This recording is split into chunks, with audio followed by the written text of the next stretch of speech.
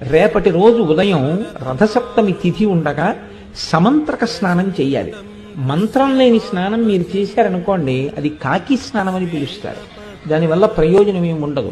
దాన్ని మంత్రస్వరూపాన్ని ఏం చేస్తారంటే అందరికీ అందుబాటులోకి తీసుకురావడం కోసం ఇప్పుడు ఆ మంత్రాన్ని శ్లోక రూపం చేస్తారు. అంటే ఇంకా అనుగ్రహిస్తారు. ఇప్పుడు మీరు ఆ శ్లోకం చెప్పిన తరువాత రేగుపళ్ళు జిల్లేడు పళ్ళు తల మీద పెట్టుకుని అప్పుడు నీళ్లు పోసుకుంటే అవి జారి కింద పడిపోతాయి. అలా పడిపోయి అనుకోండి, 7 జన్మల క్రితం చేసినటువంటి పాపాలని ఆ స్నానంతో తీసేస్తారు. అది ఎప్పుడు ఉంటుంది అంటే ఒక్క రథసప్తమి నాడు మాత్రమే ఇస్తారు ఆ అనుగ్రహాన్ని.